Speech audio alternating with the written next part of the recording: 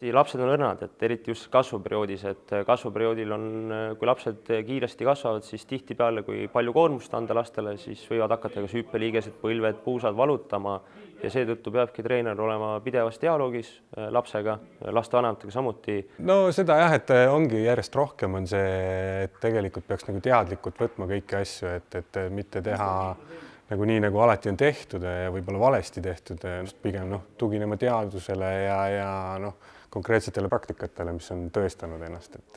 Pigem on see teadlikkus ikka tõusuteel, et ma vaataks just rohkem otsa lastevanematele, mitte treeneritele, just selle pinge seadmise osas.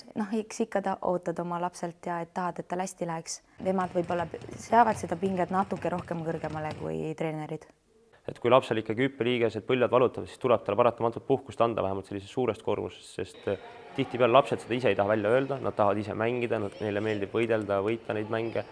Aga see võib väga halvasti lõppeda, sest kui laps kuid või isegi mõnikord aastaid treenib mingi hüppeliigese valuga, põlvevaluga, siis võib-olla tal lihtsalt 16-aastaselt öeldakse, et näed, sinu sportlaskarjäär lõpeb siin ja see on kõik.